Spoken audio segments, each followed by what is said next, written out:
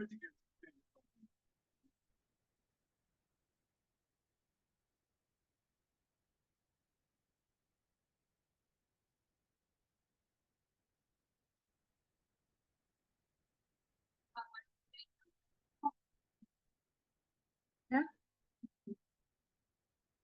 No.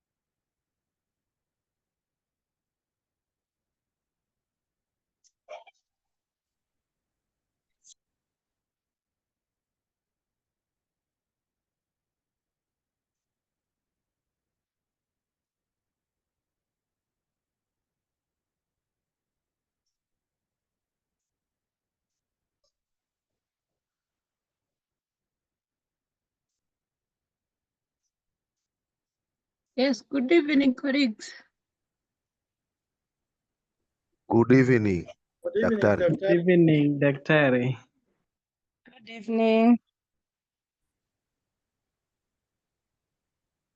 I want us to start because today we have a guest and she has already joined. Maybe somebody could pray for us.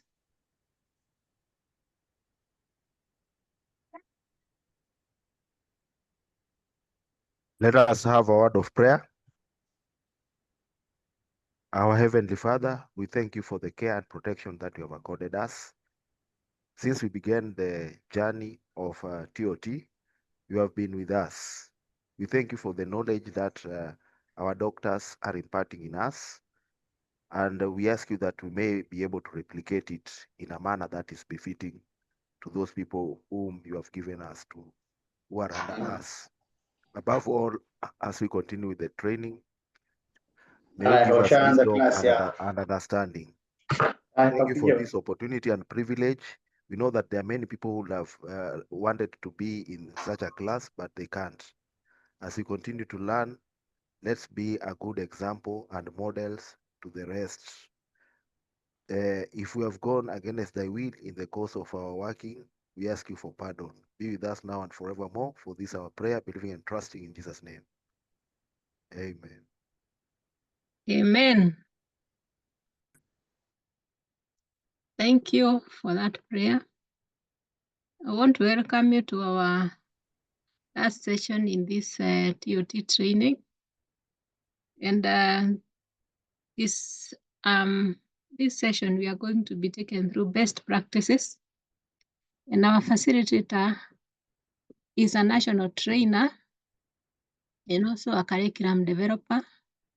She works with the KICD, Kenya Institute of Curriculum Development. And I can see she's on board. Her name is Neri Mashu. Neri Mashu, I want to welcome you this evening and to take us through this session. And this team is a team of very good people who want to be facilitators. They want to be trainers of trainers.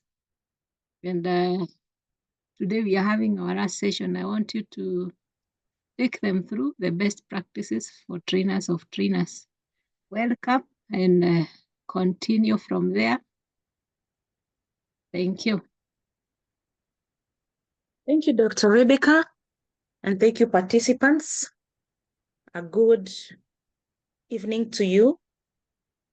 Yes, my name is Nelly Machu, and I'll be taking you through best practices for trainers of trainers.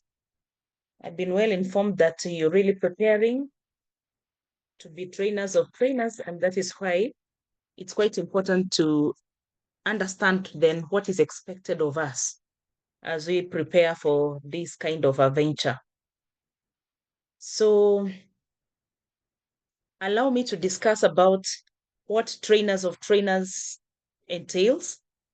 When you're talking about trainers of trainers or a training for trainers of trainers, it's actually equipping the trainers with the necessary skills and knowledge so that they can be able to be very impactful in every training session.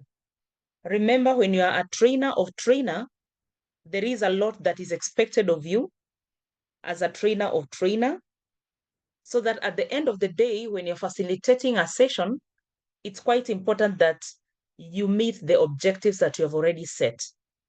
So allow me to ask this question because, again, when you're discussing and training adults, because most of our audience are adults, it's quite important that you have interactive sessions. Even if our mode of training is online, we need to just have an interaction session. So what is the role of trainers of trainers? You can just unmute and talk to us.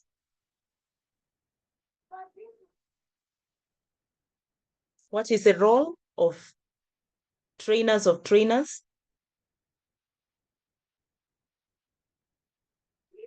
Please just unmute and share your views.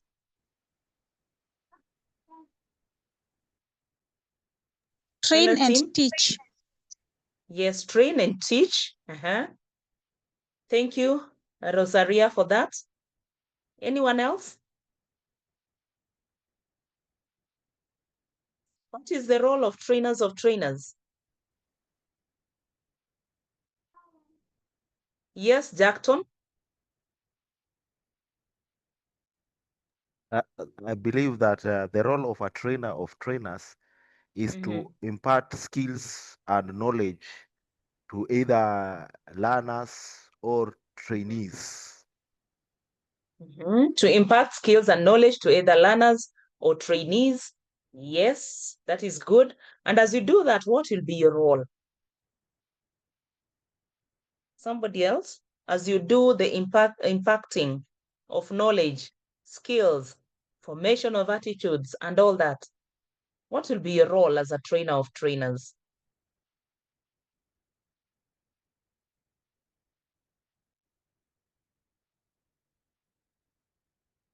Anyone else? Anyone else that is able to share with us? Please feel free to share. When we share, we learn more, we interact more. Yes, Yes, Daniel? let me try. This is Daniel. Please try. My trial is that I believe that a TOT is meant to ensure that you equip and empower either learners or even other trainers to be more effective and efficient in terms of knowledge acquisition, and also pushing it to the level of skills being practical in terms of what is expected of them to do. Thank you. Great.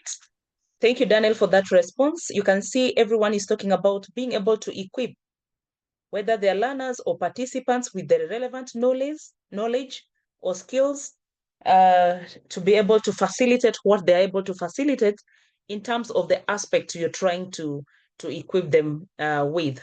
So let's see the role of our trainers of trainers.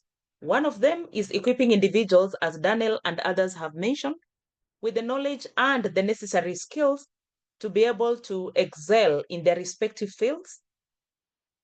The role of a trainer of trainers, again, is to facilitate learning, to mentor or guide on the journey to personal growth, and creating and delivering engaging and interactive sessions. For a trainer of trainer, it's quite important that when you're training or you're facilitating a session. Yes, Kituku? When you're facilitating a session, ensure that your participants are interacting. It should not be a lecture method where the participants are on the receiving end. That way it can be boring, and at the same time, your participants might be disengaged. So ensure that you are always engaging your participants. Give them activities to ensure that they are interacting in that kind of a session. I'd like to pause here and ask a question. How can you ensure that your participants are engaged and interact throughout the sessions that are going to facilitate as a trainer of trainer? How can you ensure that your participants are engaged and interact throughout your training session? Can somebody give us any kind of an observation on that? As we continue learning, we shall be reflecting, we shall be interacting. That is very key to us. Through asking Yes, some Jackson? questions when delivering. Great. Thank you, Rosaria, through asking some questions. That is very good. Yes, Jackson, your hand is up. Please go ahead. Or they can also be engaged by probably giving activities, either group activities or engage through research or assignments. Great. You can see Jackson has talked about the methodology itself matters a lot, that you need to engage them in group activities or discussions. That is very important. Research, let them find out information and discover information on their own and present. Yes, someone else? Any other person? How can you ensure that your participants are engaged and interact throughout your training session or sessions? I want Yes, to go ahead. check Yes, Ken? also by introducing different scenarios that involve reflections and also some environmental learning. Yes. Ensuring that you provide opportunities for reflection, providing real life scenarios, providing case studies that the participants can reflect upon. That way, they'll keep them very engaged. Make sure as much as possible, what you're trying to train, it's related to real life situations. Any other person? I don't know whether I've left anyone out before we move on. Yeah, can I try, Jackson, Malim? Yes, Daniel, go on. Yeah, let's say, for example, it was a mathematical kind of a lesson. After Yes. giving a practical example, therefore, you can give similar other questions that may be coming to test their apprehension in terms of if they can get the answers to those other examples. So, for example, if you are tackling a summation question, or maybe a division question, or maybe a multiplication question, if you start by 2 times 2 equals 4, then for them, you give them what is 3 times 3. So meaning you give them more exercises to practice or more opportunities to practice what they have learned. That way you shall also keep them very engaged and very interactive in terms of the sessions you have. Okay, other than that, the role of trainers is to make sure that they provide or they are a catalyst for growth. Growth in the sense that they're equipping you with the skills that can add to your professional development, catalyst of growth for growth in the sense that they're also equipping you with more knowledge and more insights on how to become a better trainer of trainers. If you have been a facilitator, maybe in the kind of work you're doing, this time round, as you're training or as you're taking care of the opportunity to be able to become a trainer of trainer, then it means you're going to help others to also participate in growth and become better in terms of what they're doing or the aspects they're doing. Okay, let's look at key aspects. When you talk about a trainer of trainers, what are these key aspects? One of them is understanding the training audience.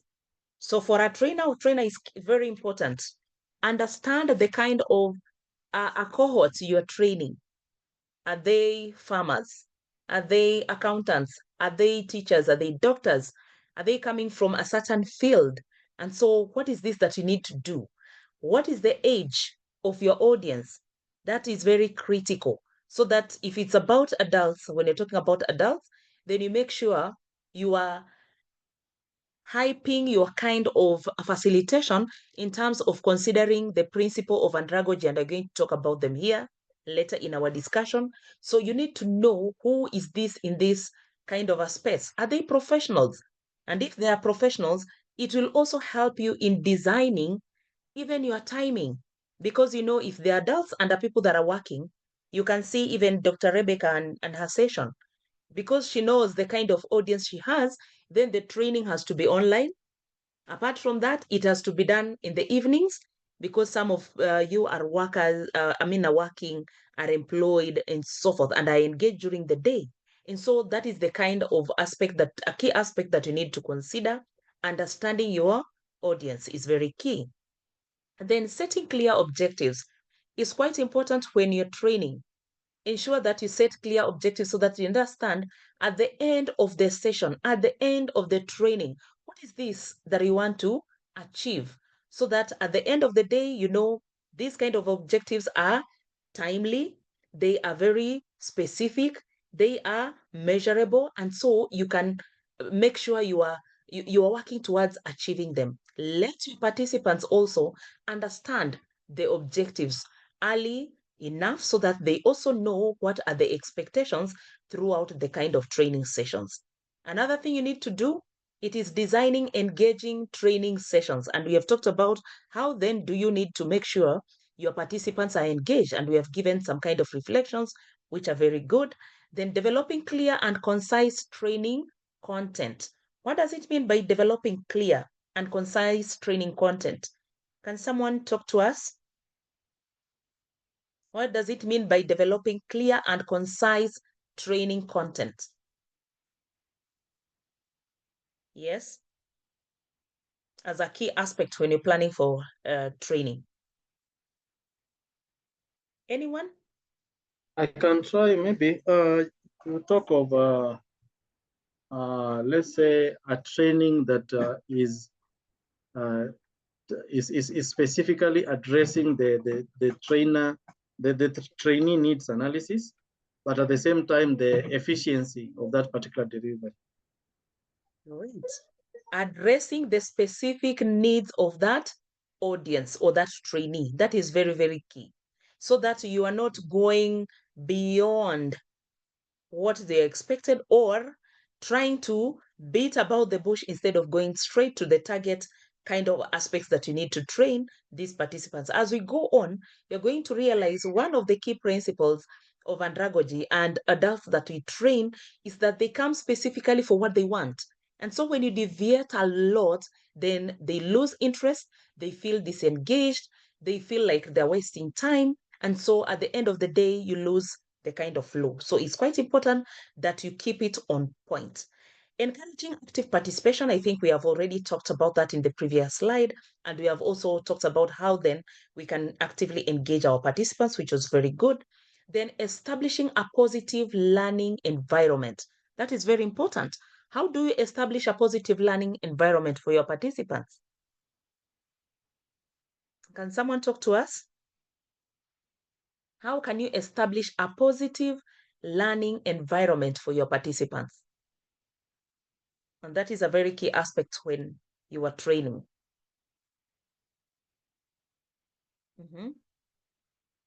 Anyone? I can try. Yes, please, Jackton, go on.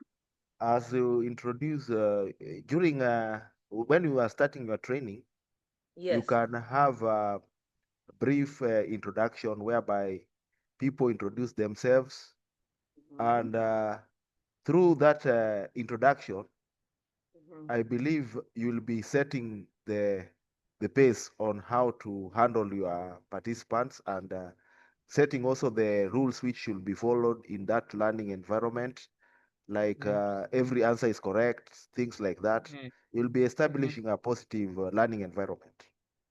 Great. Very true. Climate setting is very, very important when you want to establish a positive learning environment where each one knows each other. For instance, in this kind of a training, I'm sure Dr. Rebecca, when you're starting this session, you introduced yourselves. Dr. Rebecca knows you. She has also taken an opportunity to just explain that you're expecting a guest facilitator today, so that you're also, in that space of knowing that this time round, it's not anyone else talking, but someone else going to talk to you. So all that, and where this kind of a facilitator is coming from, that is a way of establishing a positive learning environment. Humble Mpole, your hand is up. Please go on. Thank you, Daktari. I think for me that positive learning environment can be looked at in two perspectives: the physical environment and the psychological environment of the trainees as well. So the physical environment needs to be conducive. Let there not be anything that maybe distracts these trainees from concentrating, and they are just able to concentrate on whatever you are saying. Again, put them at ease. Use we were calling them icebreakers. Begin maybe with icebreakers. You can begin maybe with a case study. Something that basically puts them at ease and introduces this concept that you are trying to talk about. Thank you, Dr. Thank you. Aquila, can you please mute? Aquila, yes, thank you so much. Yes, thank you, Humble, for that. Yes, it's quite important that you set the psychological and also the physical environment, which is very, very friendly for all the participants. If it is an online kind of an environment, how do you ensure that there is positive learning environment like what we have today and what you've been having actually?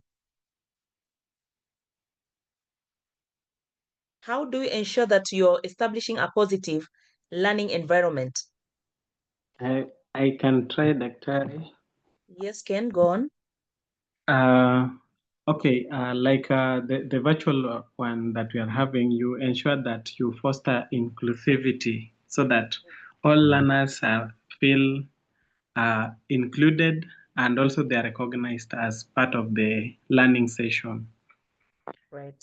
And also to add on that, also you ensure that there is also an engaging space or engagement session, so that the learners can also engage with each other and even the facilitators. Thank you.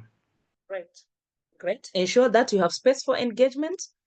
And apart from that, ensure that all participants are given an equal opportunity to participate in learning. That is very key. So don't just ride on those that are participating. Also look for those that maybe they're not participating or they're not really outgoing. Find out how then can these be able to participate in the learning, in the learning process. Then also ensure you provide constructive feedback. For instance, you are doing a presentation and you want participants to do a kind of discussion and then they present their work. Ensure after they have presented their work, then give some constructive feedback. For instance, what I'm doing, as you've mentioned, what you're giving us in terms of your reflections, I also back it up with what is actually acceptable. And if it's really acceptable what I've said, I also reinforce what you have also given as your suggestions. That is part of giving or providing what we call constructive feedback, so that at the end of the day, it doesn't mean whatever learners have given, yes, no answer is wrong, but again, emphasize on that kind of aspect that has come out through in terms of what you really wanted these participants to get, so that you are giving that constructive feedback in terms of what they need to learn. Then opportunities for practice, it is very important that when you're teaching a concept, ensure that participants also get an opportunity to practice. For instance, as we are doing this session in terms of best practices for trainers of trainers, then it's quite important that you get a session where you can also do micro training, an opportunity where you can train others, an opportunity where you can teach others. So once you're training these participants, give them time to also practice what then you want them to do. For instance, in the space of teaching, when you want the teachers to be equipped well with knowledge and skills, then you must make sure we also give an opportunity for micro teaching, so that we see how then they can be able to practice that before we are able to send them to actually do the teaching. So that is very, very important. Give them an opportunity to practice that. Let's look at the principle of adult learning. And this is very key. Andragogy is the principle. And according to Knoll's theory, there are very key principles of adult learning, or what we call andragogy, which is a methodology for training these adults. We shall look at that. And then how do we design learner-centered programs, bearing in mind that our audience or participants are adults, and then addressing diverse learning styles. You are going to realize that not all of us learn the same way. So how then do we ensure, as we craft our training, then we cater for all these three key aspects? Let's begin by looking at the 4 principles of andragogy. And I want us to look at principle number 1. We are saying that adults are involved adult learners. What does that mean? That adults need to be involved in the planning and evaluation of their instruction. In other words, ensure that these kind of adults participants that we have are engaged throughout the process. Even the timing.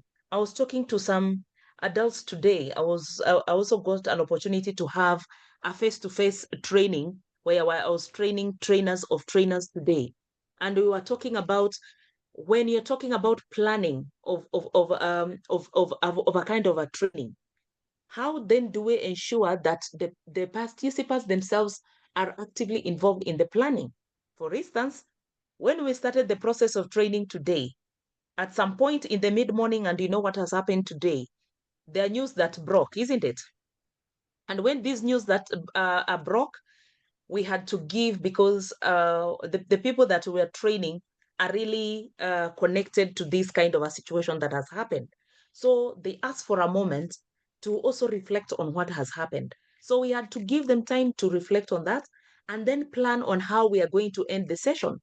I remember at one point we had some simulations that we said, because of this that has happened and the moment that we have taken for reflection of what has happened, then we need to cut some time so that we can end our training at a particular time instead of what was expected.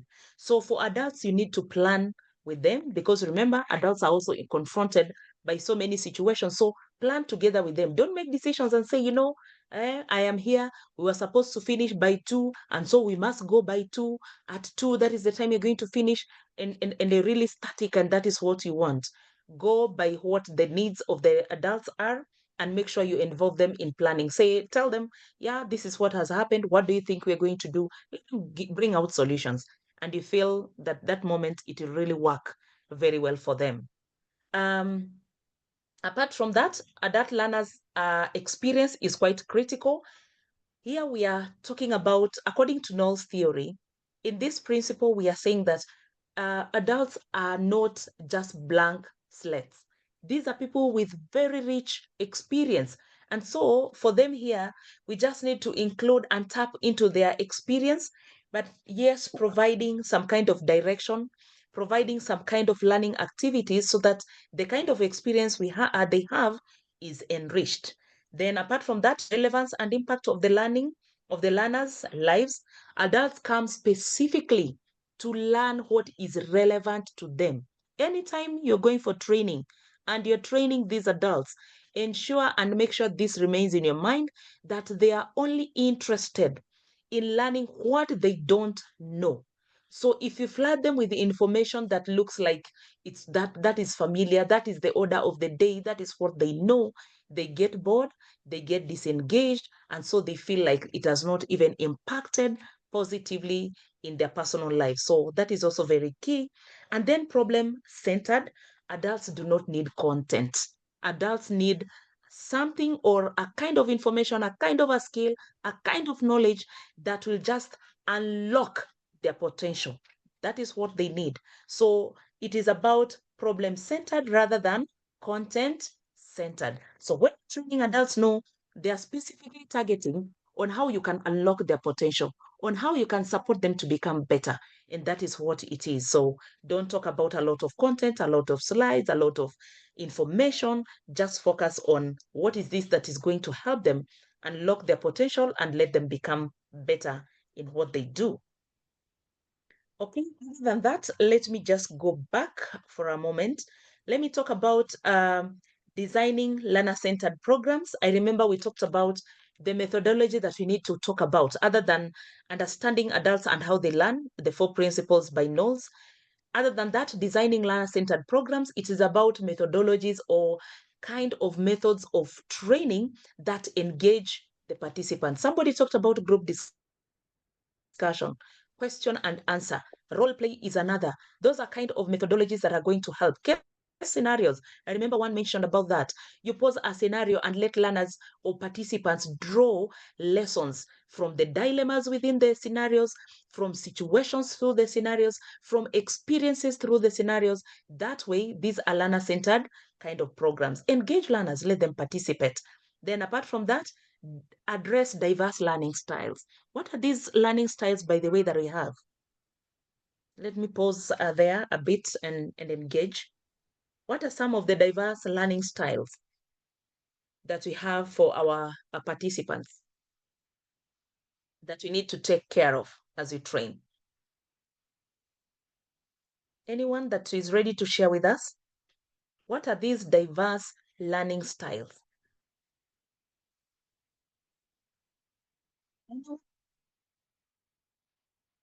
What are these diverse learning styles that we need to address anytime you're going to train?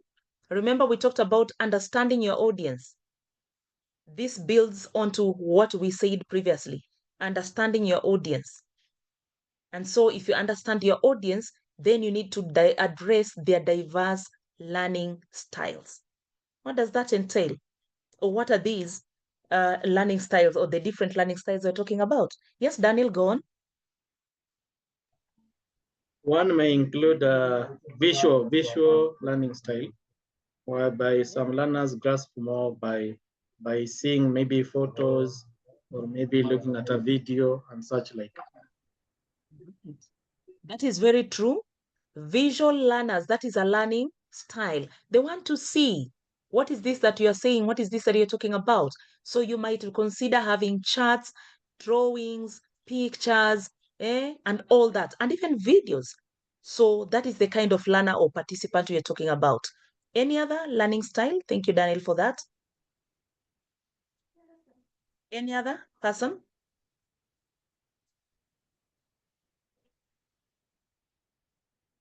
Any other person with a different learning style? Daniel has talked about visual. These ones they need to see. What is this you're teaching about? What is this that they're learning about? Yes, Jackson? I'm just trying. Yes, please try. Do we have a learning style called psychomotor? Yeah, it might not be called psychomotor, but we call them kinesthetic learners. Kinesthetic in the sense that these ones, they don't just learn by being static. They want to manipulate things. They want to touch. They want to feel. They want to manipulate. They want to join. They want to hang. They want to mount on the wall. They want to break. They want to cut. They want, they want to do. Those are the kind of learners. If you remember people that we had in school, there were some that when the teacher is teaching, they just want to stand up. You tell them to sit, they might not even sit. They want to stand, they want to walk. Those are the kind of participants we are talking about. So the teacher has not managed to keep them engaged in manipulating something. Yes, Humble? Humble, go on. Thank you, Daktari. If we have visual, then I believe we also have audio. So I think we have auditory learning style whereby these learners enjoy. There are some learners who enjoy lectures. They just enjoy listening and whatever is being discussed. Yeah, very true. And I know we have some here. They're not participating. They enjoy just listening. I don't know whether you had people in school and you wonder how they got time even to learn. They are just folding their hands. They're not even writing. But when it comes to assessment time, exam time, you find them, they're writing. You are wondering, what are they writing? They never write anything. They don't even complete the notes. They just listen to the teacher when the teacher is teaching. But when it comes to the exam, they're way ahead. Because for them, they do so very well when they're present in class and they're only listening. And that is true, they're auditory learners. So those are some of the diverse kind of learning styles. And what does this entail for our session here? It means that we need to ensure we vary our training method so that we ensure we don't leave anyone behind.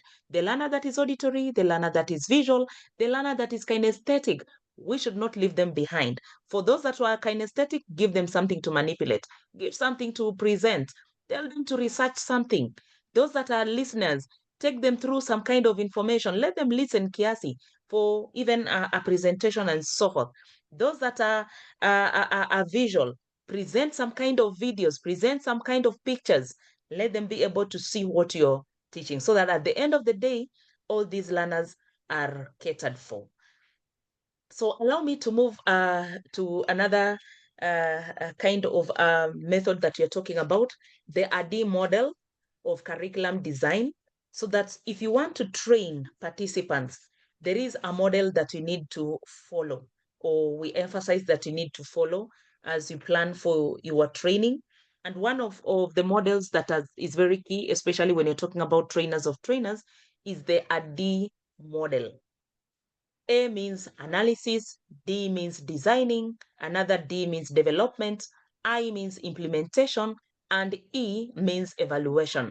So if we begin from the first part of this model, we are saying under analysis, you set clear goals whereby you are researching about the target audience and understanding the required resources. So before you begin your training, before you go to the audience, understand who are these audience. What are the training resources that you require? Make sure everything is put together because you know the kind of audience we are talking about. Are these adults? If they're adults, then that means I need to bring more of writing materials so that they can participate in the doing and not the listening. So how do I craft my seating arrangement if it is a physical training? I must make sure these participants are in groups so that at the end of the day, they're doing more of group work. D, which is designing, finding a learning solution that aligns with the identified objectives. So you're looking at what is this that is going to work for me to be able to achieve the kind of objectives. For instance, you are talking about a kind of an aspect where learners need to demonstrate practically.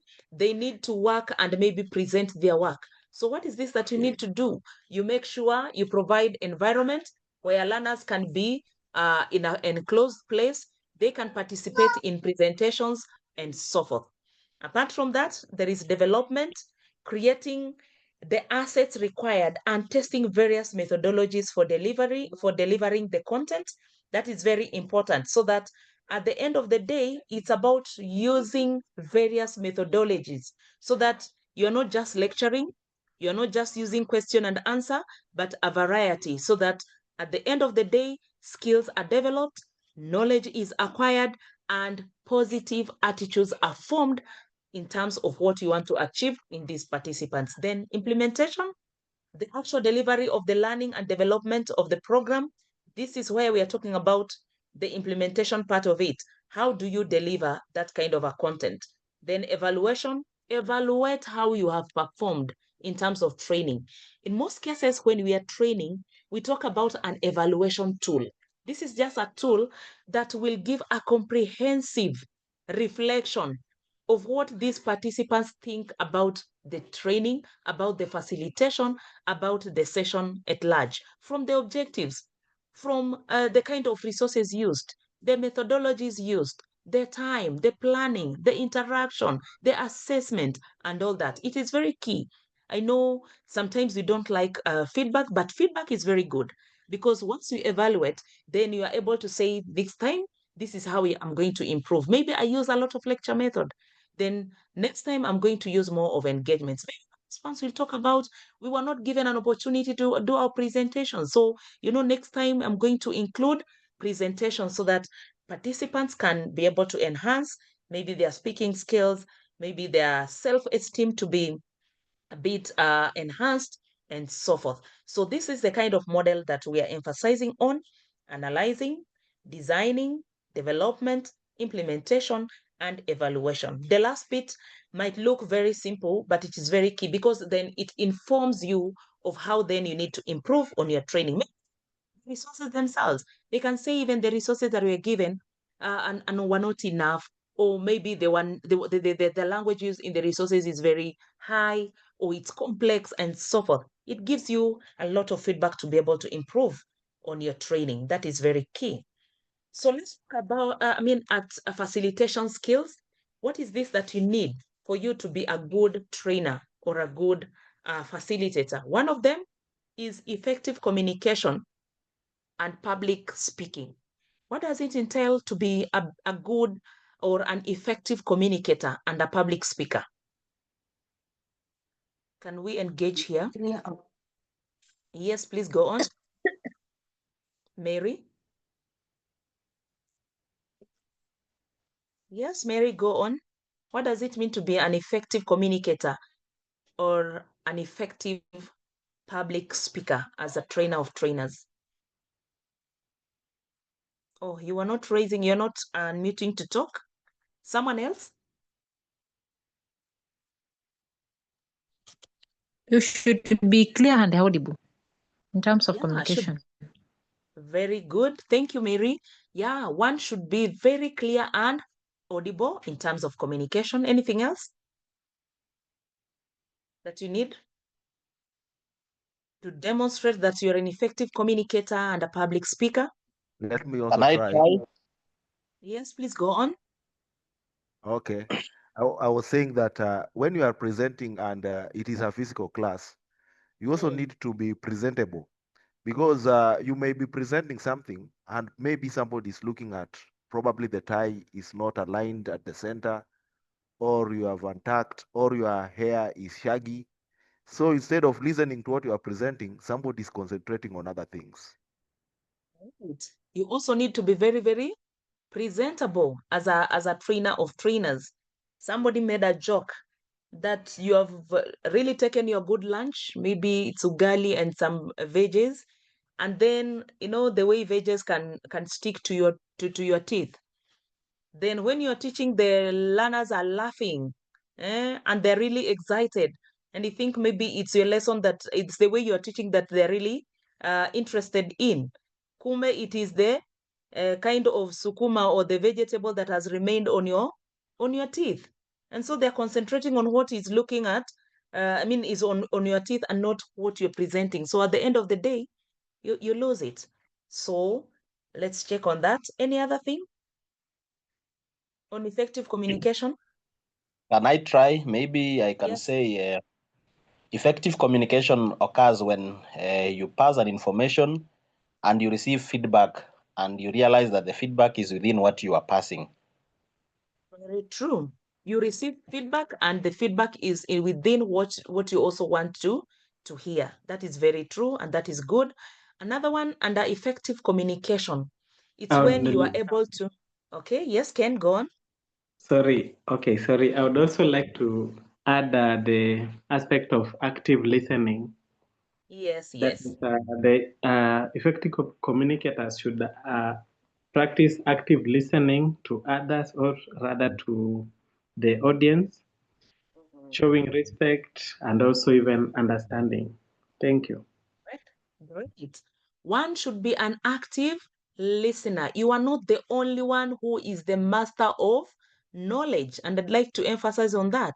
So as an effective communicator, make sure you also be ready to receive. Make sure you are also able to receive from your participants, because remember, these are adults. They are not small children that do not have any information. They are not blank slates. So be free to receive from the other end, from the participants themselves. They also have information. Allow them some time to also be able to engage. Okay?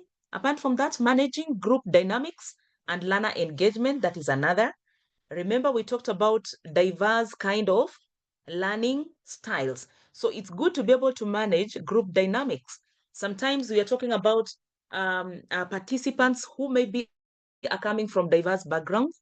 they have diverse learning styles and so forth. So understand that kind of group dynamics and be able to incorporate and make sure each one of them are able to learn together. For instance, in some situations, if you want to manage group dynamics, those that are very noisy and very disruptive, what do you do to them?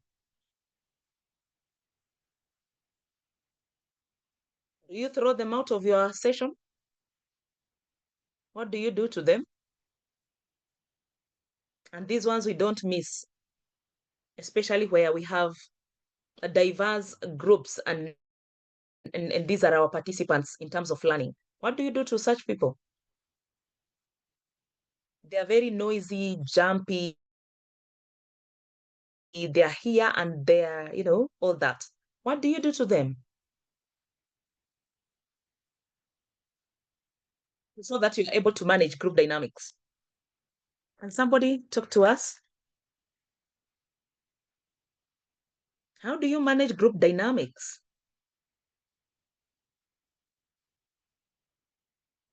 Maybe I can try. Yes. Yes, Amos. In such situation, probably get something within what you have been discussing and maybe make one or two of them try to explain what he or she has understood before you proceed with the others. Yeah, great. You can pick one of them and make sure such people can be able to present to others. Other than that, if you have managed to make them into groups, and that is very key, by the way, you make sure you apportion your participants into groups. And these groups, I'm not going to tell you, make sure you have a group of 5 or a group of 6. Ensure, the word is ensure you have manageable groups during your facilitation. That is very key. So that within groups, and you have identified that these are the people that maybe can cause a lot of, distraction, you ensure you give them roles so that they become group leaders, group coordinators, you know, all that. So you give them responsibility, in other words. So you can be able to manage such kind of people without a much struggle. And apart from that, making sure that you divide your participants into manageable groups ensures that number 2 or part 2 of that statement, that everyone is engaged so that everyone gets an opportunity to participate. Because if you have a group which has 10 participants, for sure some are going to be left out. We can have only 2 or 3 that are actively participating, but the 7, the 8 will not be participating in anything. And that is why I'm saying for these ones, ensure that you have manageable groups. So it is upon us to ensure that we know what is manageable, or a manageable group looks like, how many participants. It should not go beyond 5. If it can allow, it should not go beyond 5 so that everyone participates in that particular exercise. Then use visual aids, storytelling, and simulations. Use teaching aids all the time. Visual aids where they can see, they can watch, they can be able to work on those. Yes, Jackton. There is something I wanted to add. Yes, I'm please not add. one of these destructive learners, but I wanted to say that if you have identified these learners and you are having group work, I think you can also divide them equally to each group such that they are discussing differently, not at the segregated. Each one of them, if there are 5 and you have 5 groups, each one must, you ensure that each one of them is in a certain group. Exactly. That is a very good contributor in Jackton. So that you have these 5 that are really distractors, you distribute them among the groups so that they don't also sit together in one group. That is also another way of managing group dynamics. Very true. Thank you for that observation, Jackton. That has really added value to our discussion. So the other thing I was talking about is use of visual aids. What are some of these visual aids, by the way? To ensure we have very effective facilitation and presentation skills, we need to use visual aids. What are visual aids?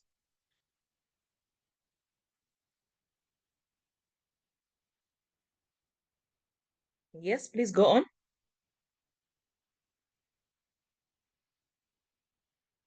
Someone has unmuted. Yes, go on. You can use charts, graphs, videos, things that will help convey the information you are trying to pass. Thank you. Yeah, very true. Charts, videos, things that can help in also complementing what you're saying so that they can be able to participate in the learning. Storytelling is also another one.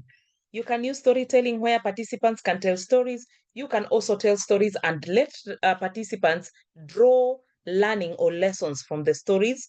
You can also do simulations like role play. It's very key where participants drew some kind of drama, some kind of role playing, and it becomes very nice. And when you're doing this, please ensure that the groups give feedback so that you are saying the simulation or the role play that has been done, you also give feedback that this was done well, but this participant could have done 1, 2, 3, or this is what we expected to see, and so forth and so forth. So that at the end of the day, it's about the learning process and what we want to achieve.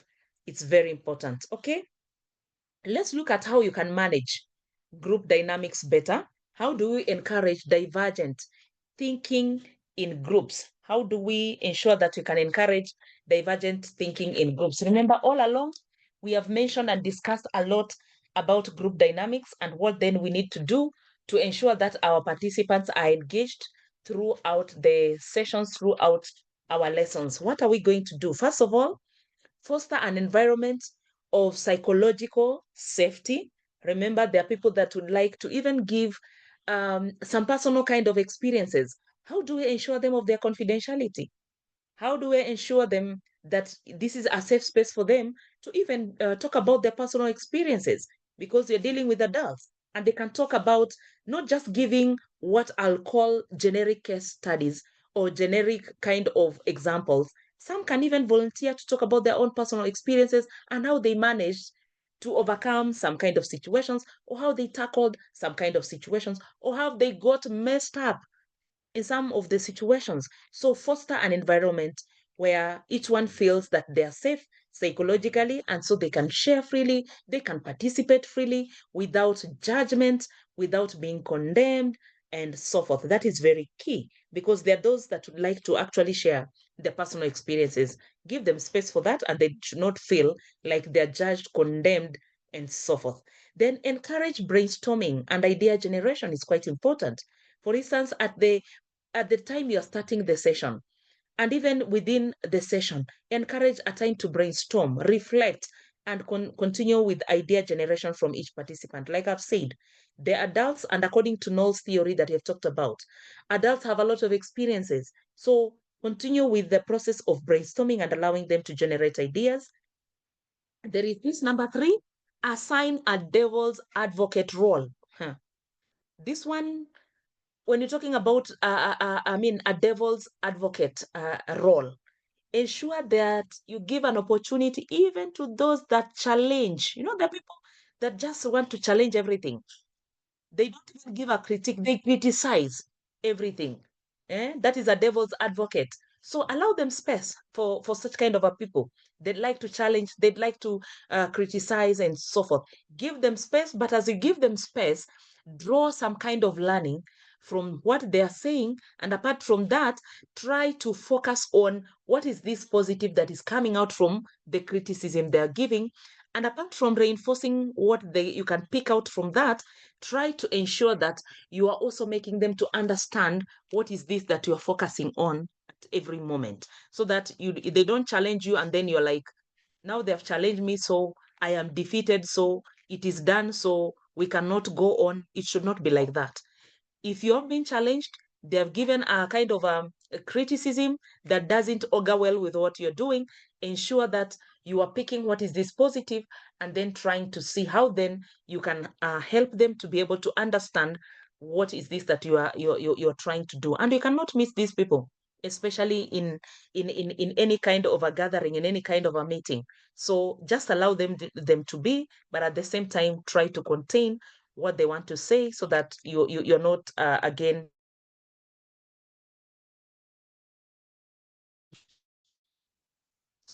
swayed away from what they're doing. Then other than that, embrace diversity. It's quite important already mentioned, learning experiences. Nelly, your internet is unstable. Nelly, we can't hear you. Are you able to hear me now? Yes, now we can Hello? hear you. Hello, we Yes, can hear yes, you. you are now clear. Please proceed. Okay, thank you. So I'm saying that use visual aids and collaborative tools. We have talked about visual aids. Collaborative tools are those resources that participants themselves can manipulate those kind of resources and be able to learn, so that at the end of the day, it's not you as a facilitator or as a trainer that is training or pouring information, but participants can also have an opportunity to participate in their own learning. Another kind of a good step in facilitation or in training opportunities is making sure you carry out what we call training needs assessment, or TNA. And how do you go about this? Conducting institutional and individual TNA, aligning training with strategic objectives, and prioritizing competency gaps. Let me go on, talk about the training needs assessment, and then I'll come back to the two that we are talking about. So when you talk about training needs assessment, what does that mean? Let me pause a bit and have a discussion here. What is TNA, or training needs assessment? What does it entail? Then before you begin any process of training, before you embark into the actual training process, then you need to carry out what you're calling training needs assessment. What does that mean?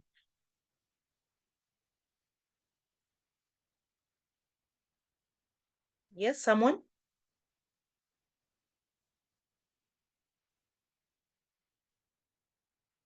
What does that mean, training or conducting training needs assessment? Number one, maybe when you are trying to do training need assessment, you are trying to evaluate what the customers or the students you are training have an expectation on in the long run and in the short run, the goals of the training. Thank you. Trying to find out what are the goals of the training. They can be short-term, they can be long-term. Yes, Humble? Thank you, Yes, Dr. Humble, go on.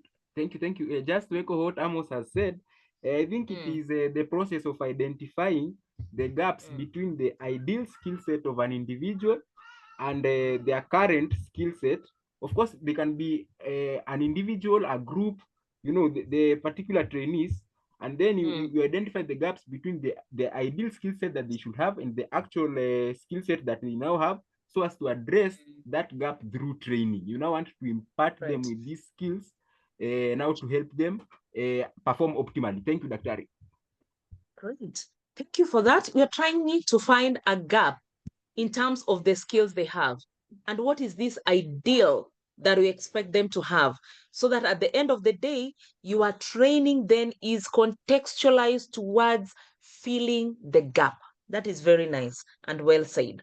So let's look at the explanation that you have been given, that when you talk about training needs assessment, is the method of determining if a training need exists, and if it does, what training is required to fill the gap. Just as Humble and Amos have explained, that is really what it means. What is the need that exists, the training needs that exist? And if this training need exists, then what kind of training is required to fill the gap? And this is very important, so that when you're going into training, that's why I was saying, because your kind of audience is the adult, you must be very specific to the kind of training they require. It is not training about everything. It is that training gap that you're trying to fill. And that is why what we are focusing on. Yes, Mwendo? Yes, Mwendo, you want to say something? Okay. So TNA seeks to identify accurately the levels of the present situation in the target survey, interview, observation, or any kind of data, or any kind of a workshop, so that at the end of the day, you want to see what is the present situation currently, and then determine the kind of gap between the present status and the desired status, which may indicate problems that in turn can be translated into a training need. Just as Humble mentioned, that what is this that is there at present and what is this expectation that we need, so that at the end of the day, our training is filling the gap. And that's why you can see on the slide there that training needs is equal to desired capability minus current capability of the participant. We want to take them to where we desire, the kind of desired capability. So training needs assessment is very key before you embark into any kind of a training. Before I go to that, when you're talking about training needs assessment, it's quite important that you align training with the strategic objectives that you have, and also prioritizing competency gaps. So you have found several gaps.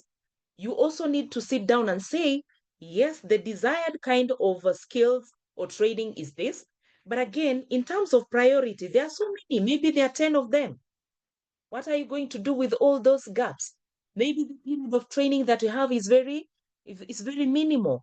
So what are you going to do? Yet the competency gaps that you have established from your training needs assessment, you have like 10 of them. You cannot manage within that period. So the best thing to do is to prioritize the competency gaps and say, among the 10, which one is key? Which are these skills that are key? Which one can I manage within the short period of time I have? Which one can I manage within the budget I have? And which one is going to create impact in terms of these participants, in terms of equipping them with the skills and the prerequisite knowledge that is required, so that at the end of the day, we see their capability improved or the desired capability achieved. So prioritizing is also key. So TNA also helps us in that manner. After that, ensure that the gap established, you prioritize the competency gaps, ensuring that you also consider the time you have, the resources you have, and also if it's monetary resource, if it is a human resource that you have, that is very, very important. And maybe the period required for you to facilitate that kind of a training, that is very key. Let's look at assessment and evaluation of training impact. What do you need to do for you to say that this kind of training has impacted positively, or it has led to the desired capability that you are looking for, especially after we have carried out a TNA? First of all, you design pre and post training assessments. That is very key. And you're going to look at Kirkpatrick's 4-level of training evaluation, which is very important, and then using feedback to improve future training. Let's look at Kirkpatrick's model of evaluation, so that we are seeing this training that we have had after we have done our TNA. We have realized we had this kind of competency gaps. Then we prioritize among the 10, we took the 3 because we felt that this kind of 3 gaps, if they are well addressed, then the desired capabilities of our participants will be where we really need or will be really realized. So in terms of this model, we are talking about 4 levels. The first level is reaction. And we are asking ourselves this question: did the participants enjoy the training? That's very important. So that then you're asking yourselves, as well, I was training, were they really able to enjoy? How can you establish that your participants enjoyed the training? Let's talk here.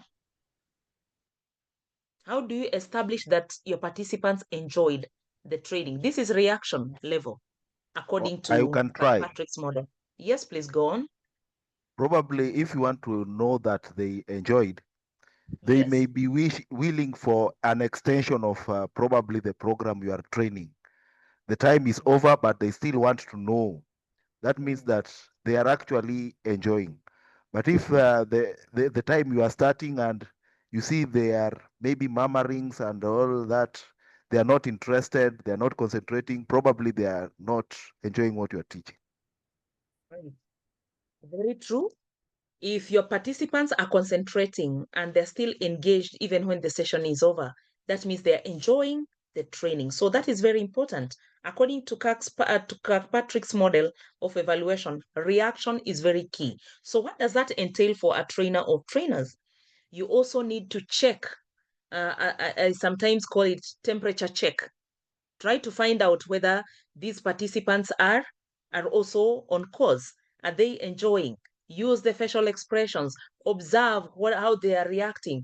Don't be so disengaged from what they're doing. See what is this they're doing as you're facilitating, especially for physical training. That will tell you whether they're enjoying the training or not. The level of participation also. If nobody is participating, that means these people are disengaged, and so they're not even interested on what you're trying to train. Sometimes, like, you're facing adults and you're training them and they're busy on their phones. That means these people are also not interested. So reaction is very, very important. Then level 2, learning. Did learning occur? How do you state that learning occurred? How do you evaluate and confidently say that learning occurred? How can you measure that? How can you evaluate that? Can someone talk to us?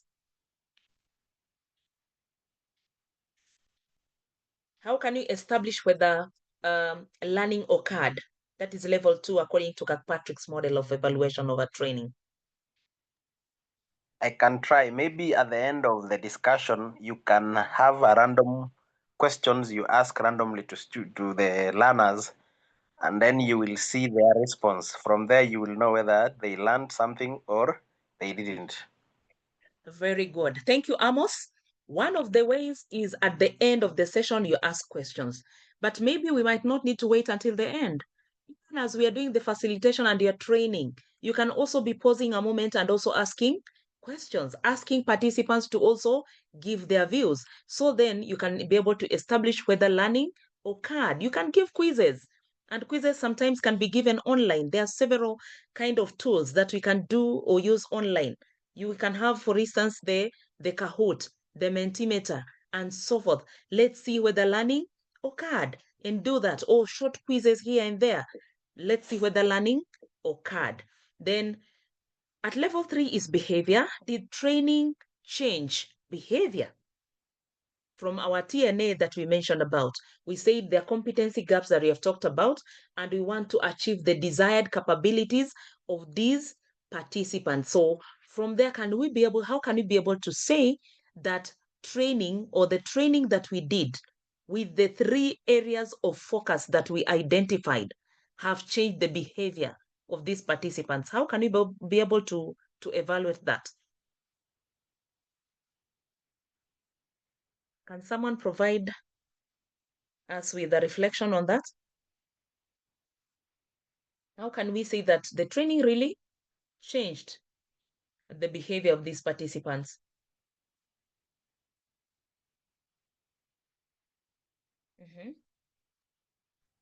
How can we measure that? Yes, Humble? Thank you.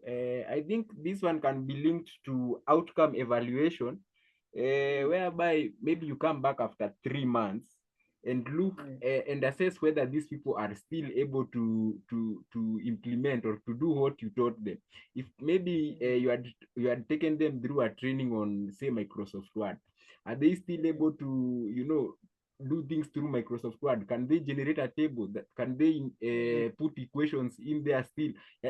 Basically, can they still do what you taught them to do maybe 3 months after the training? Thank you, Dr. Great. Humble is talking about giving them a period of time and then checking what they are able to do. Like, he has given an example of being able to use Word as a tool, maybe to just be able to generate a table through a Word, maybe, and so forth. And do we need to really wait until 3 months? Within the training period, can we be able to see whether there is change of behavior? Even if it's not in totality. Yes? Yes. Yes. Yes, Abigail?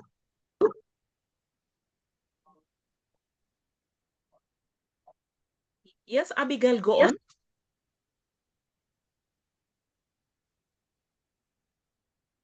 Abigail? Abigail? Okay. I'm just asking. Yes. Okay. I'm just asking whether within the training period, you can be able to assess whether the behavior of the trainees has changed. Like what Humble has mentioned. If we see that these participants are able to create a table, or they are able to use some kind of very simple tools in the computer to do a certain task, already you can see there is change of behavior from where they were not able to do a table. Right now they can draw a table. That is already a change of behavior. And the kind of things that you can be able to just observe. So for behavior, you can be able to observe. Yes, Humble?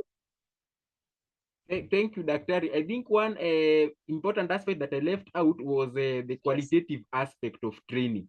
Maybe here you can also look at their attitudes, whether they are being changed through the training, you know, their perspective of things. Do they now feel confident? Yeah, thank you, Daktari. Oh, great. And to support what Humble is saying, you can be able to do reflective sessions. Reflective sessions are very key. Let the participants themselves talk about how then they have, reflect on how the sessions or the training has helped them. From there, you can say participants to share the reflections, and they can give reflections in writing. They can give reflections in maybe a tool that you have, the evaluation tool that you had, and also what they are able to do in terms of tasks that you give them. So you can be able to observe, yes, there is a change of behavior from the entry behavior that we had. There is a lot of progression. That's where you can say that the training was really impactful. Then results, did the training influence performance? I want to tie that with what Humble mentioned, or is it Amos? He mentioned that these kind of participants can just be able to draw a table. They were not be able to draw a table, but right now they can be able to draw a table using Microsoft Word or using something like that. That is already, change in terms of influencing performance. Where were they and how they are right now? So from the beginning of the training, it's quite important to know the entry behavior of your participants. What can you use at that moment? Use a tool to know where the levels of the participants are. Another thing you can do if you don't have a tool, you can use the expectations that they're going to talk about. You have laid your objectives that this is what we want to learn. You have given them a timetable. You have given them the kind of sessions that are going to take them through. You have given them materials and so forth. Now you sit down with them and ask them, what are your expectations? List down those expectations and be patient enough to make sure that these are the expectations. Document the expectations, place them somewhere where they can see them, so that during the training, they can be saying, this is what we've been able to achieve, check what they've been able to achieve, so that at the end of the day, what they're able to do, then you also check against their expectations. That way, you can say that the training influenced the performance of these participants. Let's see, in terms of trainers, how then they can enhance their coaching and mentorship skills. But then we need to draw a distinction between coaching, mentoring, and training, and we can be able to discuss this. What is the difference between coaching and mentoring? We are saying again, a trainer can double up as a coach and a mentor and also a trainer. So what is the difference between coaching and mentoring? At least for training, we have discussed a lot. What about coaching and mentoring? Can somebody talk to us the difference between coaching and mentoring? That we are saying for you as a trainer, you also need to enhance your capacity as a coach and as a mentor. Yes, Danny? Yeah, I'll give a trial. For me, coaching is about identifying the gap and now helping the learner to catch up with the gap so that they can now be efficient in that level of gap. When you talk of mentoring, is identifying the capacity, the potential capacity that the learner may have, but they've not realized themselves. So you just emphasize in terms of building confidence in them that they can do it in their own way. That is the definition by Daniel. that in coaching, which one have you said there is a gap? For coaching, I lost you at some point. There's a gap, but for mentorship, is about is about identifying the hidden potential that the learner has, and then you try to now give them and build a confidence in them that they can achieve it. For example, somebody may be having a potential of singing, and maybe they doubt themselves. So you give that emphasis and building that confidence that you can do it. Do it this way and you can make it. But for the sake of coaching, they already have an idea or maybe a capacity. They know of this particular capacity. It's only that there's a specific gap that is there that you are trying to address. Thank you. That really serves the kind of purpose. Yes?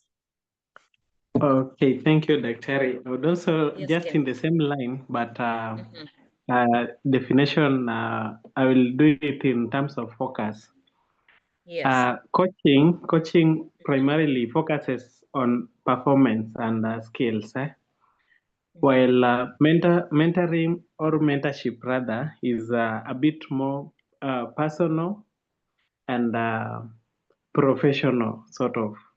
So I would define it in terms of that focus. This is a good observation that for coaching, there is a skill gap already that we are seeing. And so for coaching, we need to ensure that we are equipping this person with a specific skill until we see performance being achieved in terms of skill development. But for mentoring, this person already has the skills, but you see, they need a platform to practice and also to ensure that they have someone to walk the journey with. I don't know whether that is clear now. Yes. Yes. Thank you, Humble. That is the kind of difference we are giving. So as a trainer of trainers, you need to build a mentorship culture. Remember, we are saying we have adults who have a rich experience, but again, they need someone to work together in this journey. They are not lacking skills. They are lacking experience, exposure, and someone just to hold their hand and walk the journey with. So you might find that these are the kind of participants you're going to meet. They have everything that takes for them to do that kind of a task or that kind of an activity. But then they have a problem in terms of exposure, practice, and also somebody to be able to walk the journey with. So as a trainer, you become a mentor at this point. And in mentorship, you ensure that the person that you are mentoring, you walk the journey together with them. You're not leaving them behind. Whatever thing you want to do with them, if it is training, you are there. They are training and you are also together with them so that they also take part in the training. So apart from that, it's about one-on-one coaching techniques. And here we are saying, apart from having a group session, because we are talking about divergent or diverse kind of groups that you're going to have, identify those that you need to mentor, identify those that you need to coach. Because for coaching, then it needs, like, I don't know whether it's Ken or who mentioned about this, that it is that person who needs that specific skill that you have identified they don't have. So one-on-one coaching techniques is very, very important. Identify amongst your participants who is this that is lagging behind in terms of skill development. So this one needs an extra coaching kind of a technique. So one-on-one coaching technique will work. And like when we are generalizing them together, putting them together and imagining that they are already having skills, they just need mentorship. It's quite important that you are able to identify that. So you can see the definitions are here. Unlocking a person's potential is what you are calling coaching. Mentoring is a kind of training relationship between the one that is less experienced and one that has vast experience. You can see the difference coming out. Training is enhancing the knowledge and skills for a particular job, for a particular kind of occupation, for a particular kind of professional task, and so forth. So you can see the three differences that we have already discussed are coming out so very well.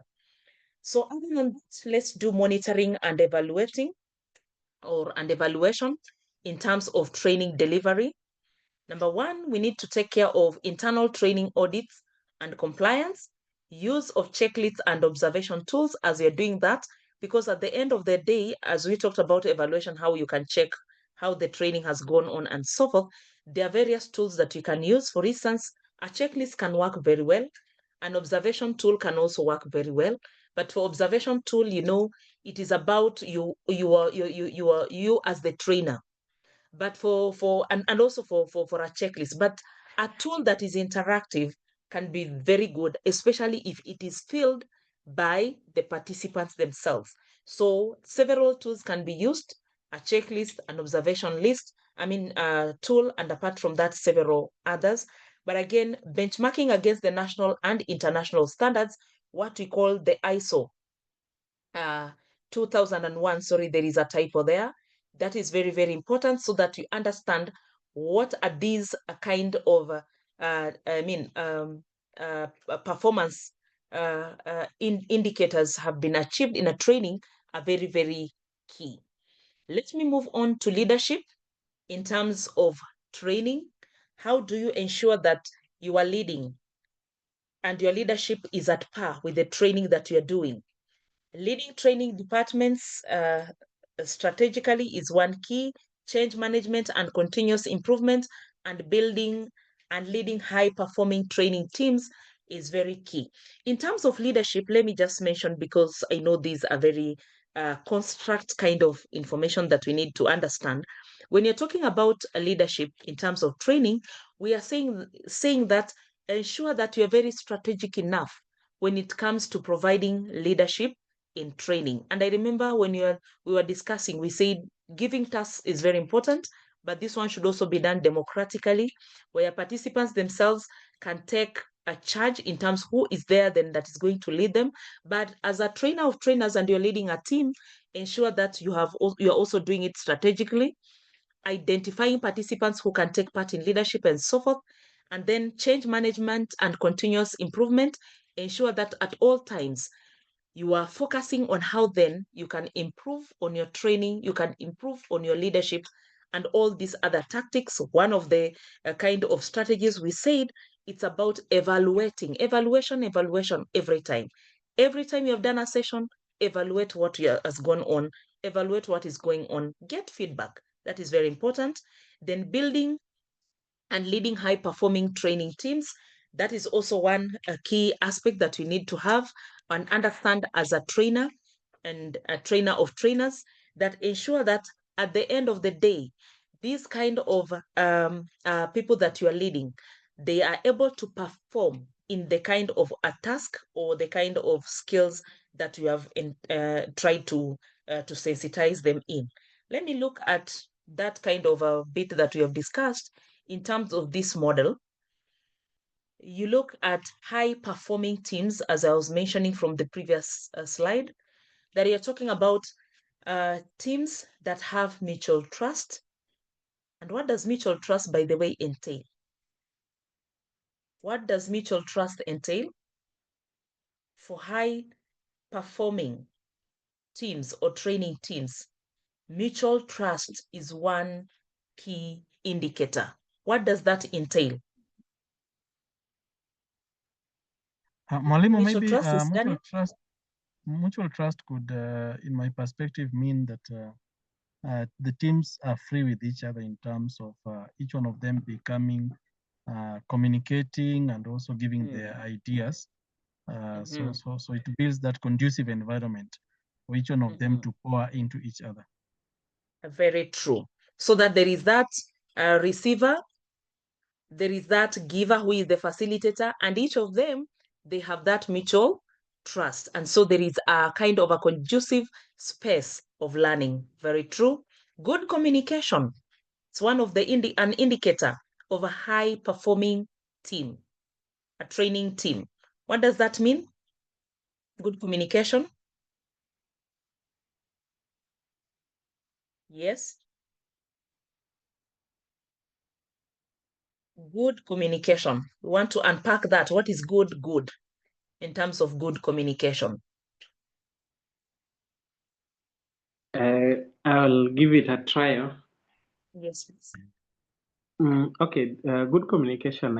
I think it is the ability to express yourself or oneself clearly and effectively so that a person can be well understood by others. And I think we talked about effective communication when you're talking about presentation skills. And thank you, Ken, for bringing that out very well. Then effective leadership. We said again, consider managing group dynamics. That was very key so that you are not throwing anyone out. You remember assigning even those that are criticizing, not even critiquing, criticizing and challenging everything that you see, everything that you're discussing. In fact, they're wondering why the training is supposed to take place. What do you do with such people? How do you provide effective leadership? That is very key. And I think we tackled that at some point. External support. And when you're talking about external support, when we are talking about teams like this, external support can also be very key. You can leverage on the support maybe from other people that are not within your organization who can come in and support you in terms of training. You can talk about the people that maybe are also inclined or aligned to what you're trying to teach. They can also come and help you in facilitating or in supporting. External support, even in providing a conducive learning environment, how you can get it. Leverage on any kind of external support. Apart from that, internal support is very key. Maybe you are co-facilitating. How do you create a synergy amongst yourselves? Apart from that, even the participants themselves can become co-facilitators. And that is very key. So don't say you are the only facilitator, you're the only trainer. So there is something maybe you're struggling with, even language barrier. You can struggle with it. And yet there are people there who are participants. They know their participants very well, and they can also help you in facilitating and translating a language, especially if you're trying to train adult learners within an interior area, like when some of us go to train parents, and this is not our community. We are not able to pass information in the way we'd like to pass it through Kiswahili or English. We leverage on the people that are within the kind of group that we have, the participants themselves, and they're able to do it well. Sometimes it's not about the people that maybe we are not able to communicate in terms of language barrier, but we see there are even teachers or educators that maybe they are better in a certain kind of a skill. We also leverage into the kind of expertise they have. So what I'm trying to say is that for a trainer, be very flexible. Identify participants within those that you have and see how then you can tap into the expertise, the kind of potential, the kind of capabilities to be able to use it to facilitate your training, to make it easier and to make sure that these are going to be very good in terms of getting what you're saying. Negotiating skills are very key, and these ones we cannot run away from. Like I told you what the experience I had today, where people are saying now you see what has happened. We need to do 1, 2, 3. So at one point, and I remember one said, we need to observe a moment of silence. That was within a kind of a session. So what do you do at that point? We tell them, please, can you wait until we finish this session and then we can do all these other necessary things that we are asking for. And you agree on time. Negotiating is very, very important. Some adults that we go to train, they tell us, we can only have time in the afternoon, like pastoralist communities. They tell us we can only have time in the afternoon. In the morning, we are trying to look at our herds. And so we shall get time in the afternoon or in the evenings. So we allow them that kind of time. So negotiate so that at the end of the day, we are saying it's a 2-hour session, but how do we ensure that these 2 hours can be broken maybe into 30 minutes and within how many days? And that will really work. Clear goals, setting clear goals is very key. At the end of the day, what is this that you need to achieve? It should be very clear. Then a unified commitment. Unified commitment means you and the participants need to agree so that you are working towards a common goal, so that participants are not striving to achieve a different goal and you're also striving on the other area to achieve another goal. It should be a common goal that all of us at the end of the day we need to achieve. So by doing that, we are really going to have very high performing teams. Use of technology in training. This is an era where we have technology and we cannot run away from technology, and so we can leverage on e-learning platforms and learning management systems for keeping our data, for even holding our meetings. Like right now, we are already leveraging into e-learning platform where we can be able to learn. You can realize that at some point you need to do blended kind of training where you go online and at some point a physical. Please see what is this that you can be able to do. Digital content creation, you can be able to do that so that you can have interactive digital content where the participants can go online, do their own discussions. You are able to see how they're discussing and so forth. Using data analytics for training effectiveness, that one can also be done. By the way, what is using data analytics for training effectiveness? Before I go to, I assume that all of us are aware of this. Using data analytics for training effectiveness, what does that entail? Can somebody help us understand that? This is about use of technology in training. Using data analytics for training effectiveness. What does that mean? Yes, Ken? Can I give it a trial? Yes, please go on. Okay. Using data analytics for training effectiveness, for example, the data can be used for decision making, to execute decision making. Like say, for example, the institution of say Kemi has identified that there is a need for more trainers of TOTs, that is in the field, so that they can implement more or new education curriculums that is being introduced. So by using the data collected in various institutions, they okay, I am assuming that they came up with a reason to conduct or to rather to conduct this sort of training so that we can have many educators informed that can also spread this information of new curriculum development and also the implementation aspect of it. Thank you. Yeah, that is a very good try. Anyone else? Anyone else? Using data analytics for, yes, please go on. Thank you, Dr. You had previously talked about age. So you can use data analytics or data analysis software to analyze demographic information about your trainees, but maybe you can learn about their average age, you know, and such stuff. And then now you'll be able to align your training with this demographic with this demographic characteristics so as to be more effective. For example, if you find maybe you are dealing with a very young population, probably the average age is maybe 20. You know how maybe the training methods to use so that you can engage them and be more effective. Thank you, Dr. Very true. Thank you so much. I just feel like clapping for you, the way you're really giving your reflections on this.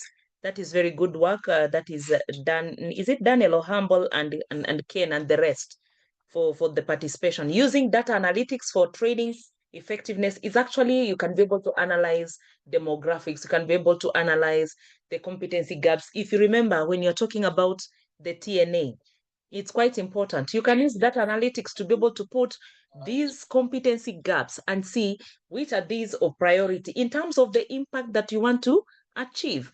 There are so many other tools that you can be able to use so that they can give you that kind of data, and then you see which one are you be able to run with within a period of time in terms of what you want to achieve, and it can be very easy. So technology is also a very, very key. And let's see how we can comply with policy in terms of training. Understanding legal and ethical issues in training is very key. For instance, we have this act where you're not supposed to take photos and sharing them anyhowly. Which is this act? Which is this act?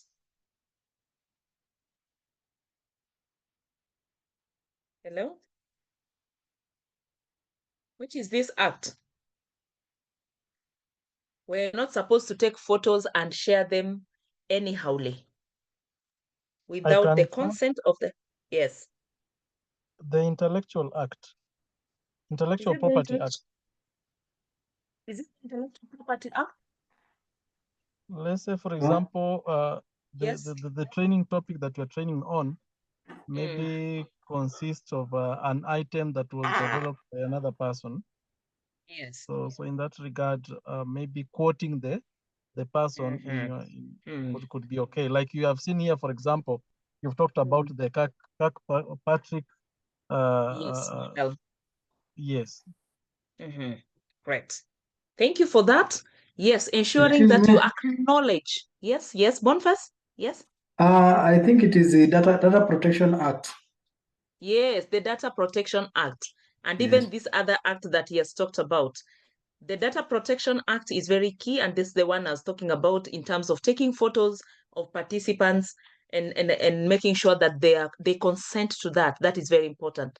Intellectual Property Act is also another one to avoid issues of plagiarism. Make sure you acknowledge Knoll's theory on andragogy and principles of adult training. That is very important. Acknowledge principles that came from someone. That is very important. And other kind of ethical issues, it's very key. When you're interviewing someone and you want to get information from them, let them consent to that, give consent to that kind of an information. Institutional training policies and framework, understand each kind of institution. What is their training policy? What do they subscribe to? And see how then that should be implemented. Certification and accreditation requirements, see what is required in terms of certification. Do we just train people within 3 days and tell them that we're going to give them certificates? Are these certificates going to be acceptable by any organization? What are the requirements for certification and maybe accreditation requirements?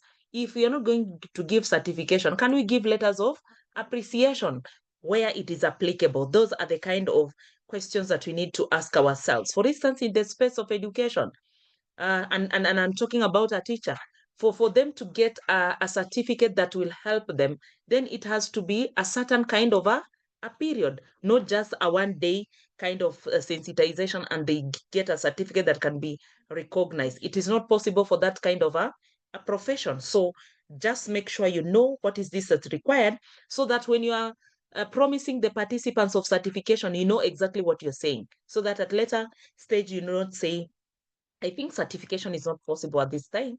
Please make sure you carry out your research very well. Okay, resource mobilization. We are talking about preparing training budgets. I think that is very key for us.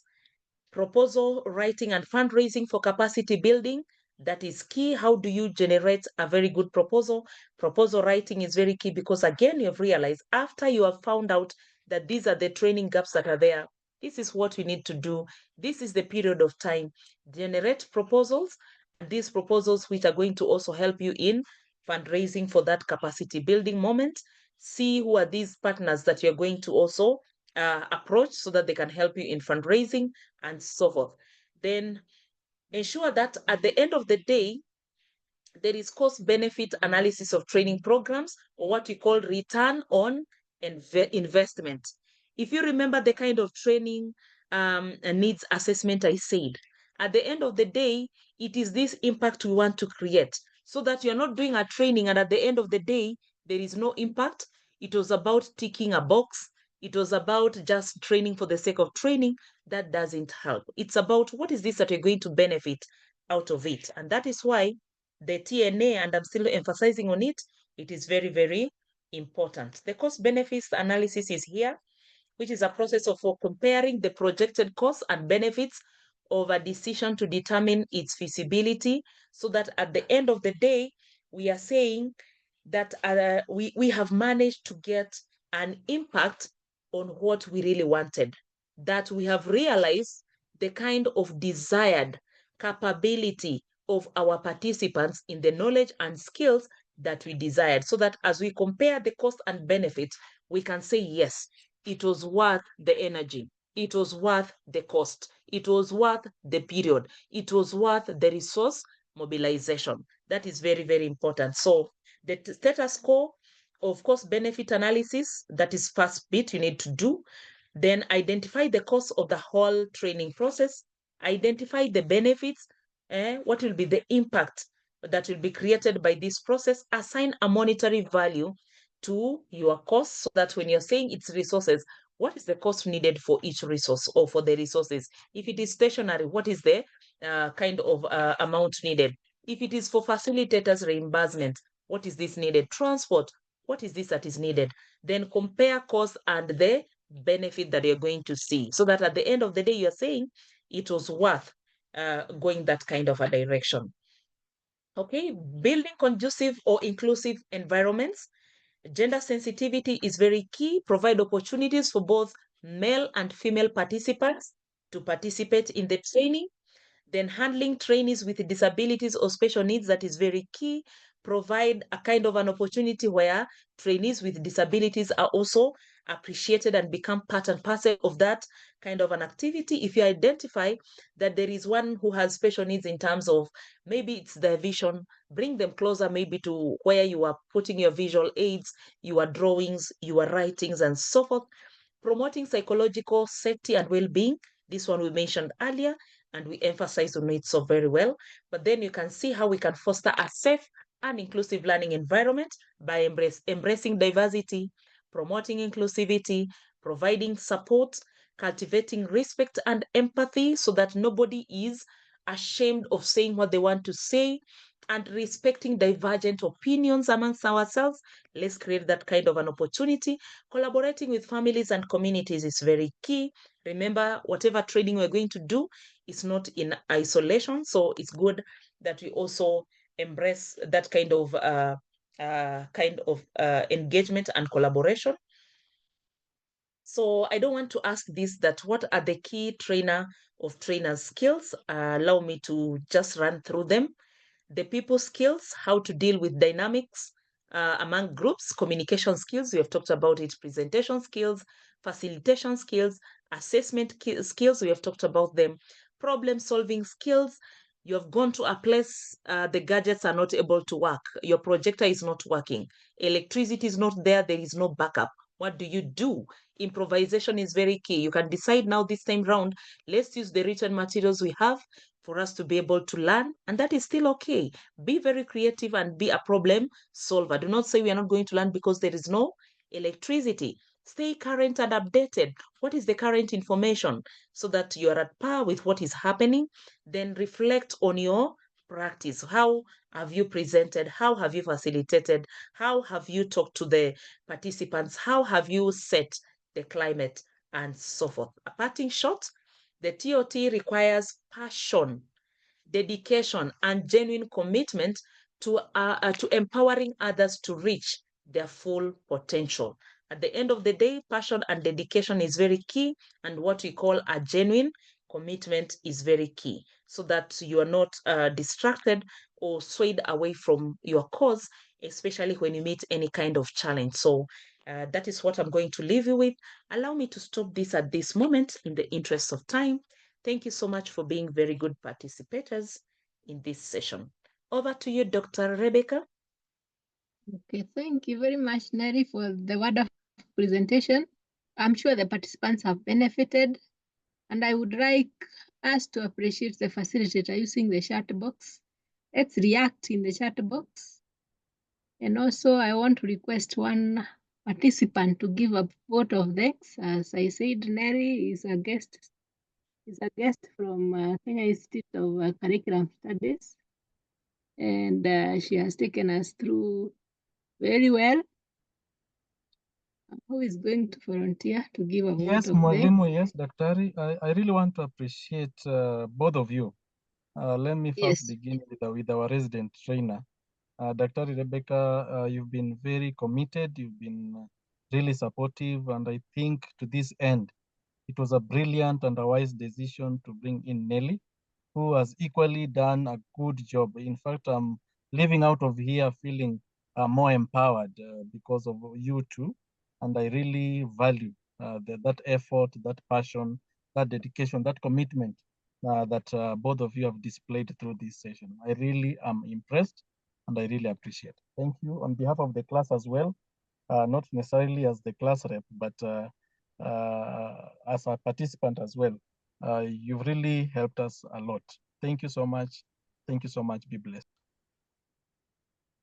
Thank you, Daniel, for that vote of thanks. I believe you have all benefited from that presentation and even the previous presentations that we have had.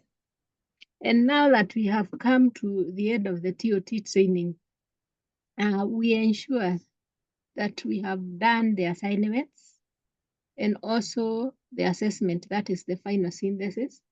Last time we agreed that the assessment that we are using is the final synthesis, whereby we agreed that you are going to choose one of the areas that you liked most, and then you research on it, and then you write a paper.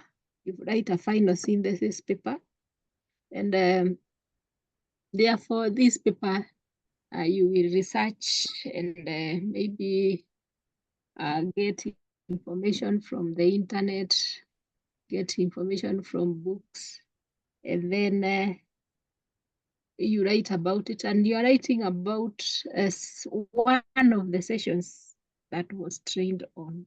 So you will not focus on everything that we covered, but you are going to pick one of the areas that you felt that it was of interest to you, and therefore you read more about it, you write a paper on it, and then this paper should not be very long, at least 3 pages, because the space that has been provided for you, it can only accommodate 2 MB, so don't write a very long paper.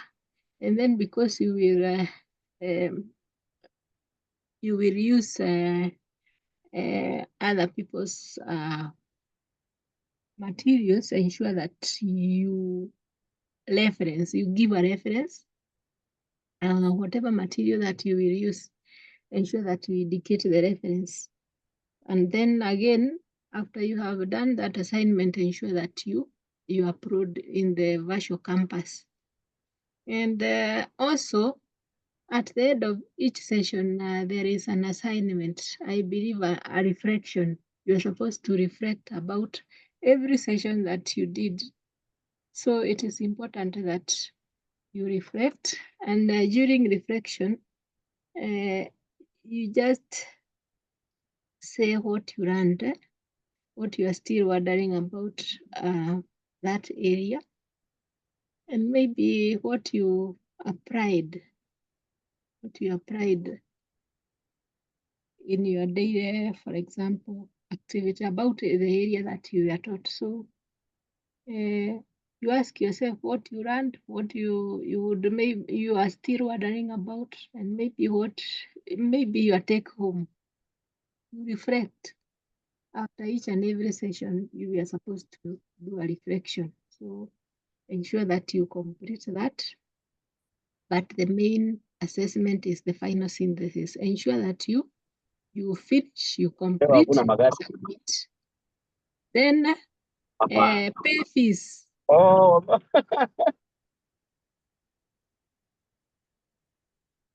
Ensure that you pay fees, and the fees is of the fees that we are supposed to pay is of 16,500.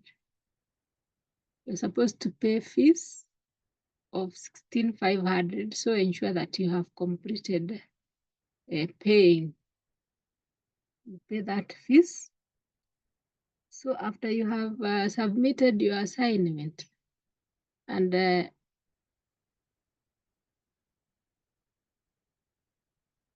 after you have completed the assignment and you have paid fees, you can come and correct your certificate. And if you would want, you would like it in soft, you can talk to me or you can talk to Aquila and it will be sent to you. So I don't know whether Aquila is still on board. Aquila, Yes, are you I'm on on board, Daktari.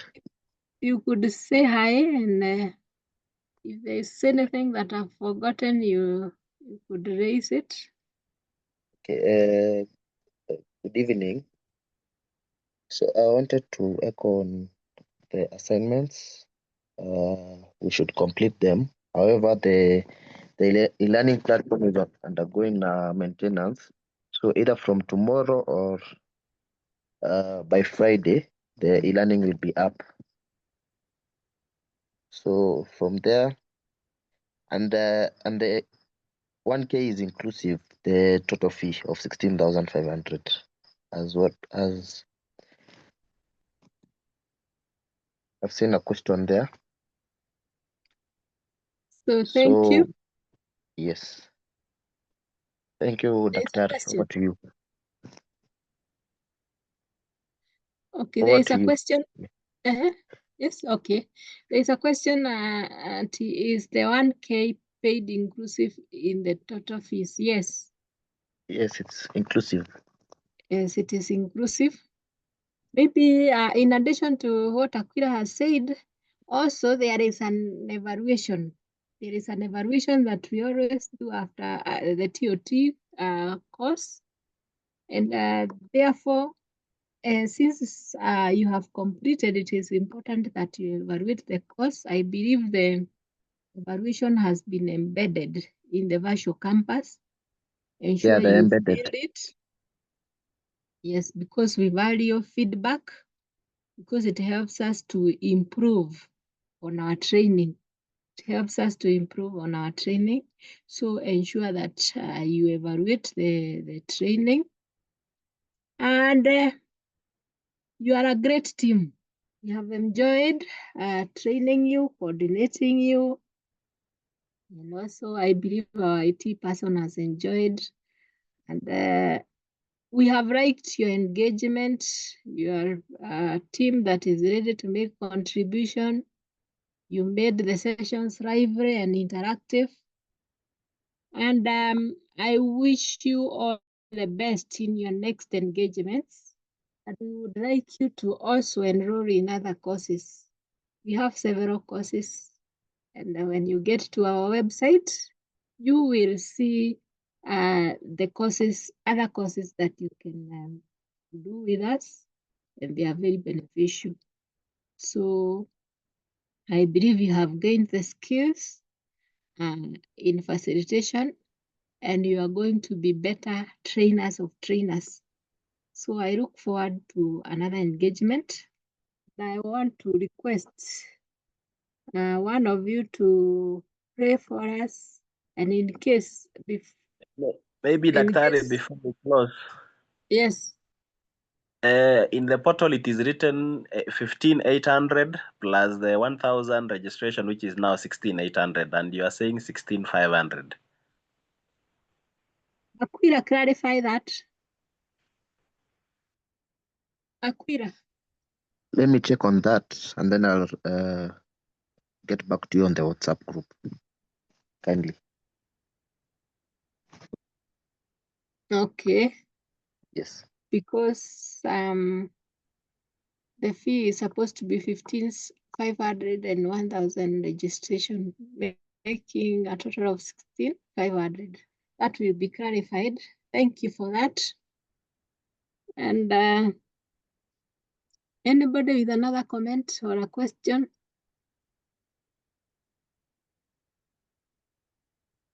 If there is no one else, then we can have somebody pray for us so that we end the session.